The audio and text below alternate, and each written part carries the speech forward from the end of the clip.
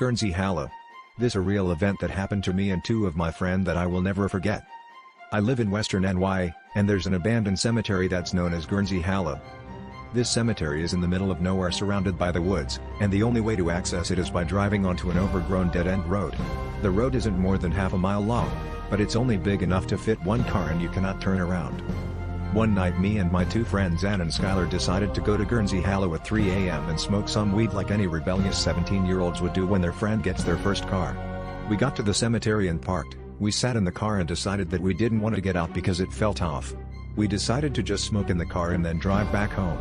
Well, Ann began to roll the joint for us to smoke and we noticed headlights appear at the end of the road, which was weird because this road hasn't had an outlet since the 1700s.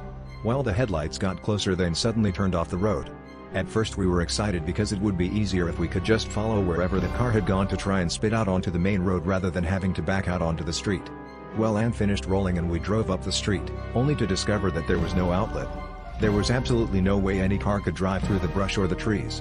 We ended leaving very quickly after that and had a very silent drive home and never spoke about it again.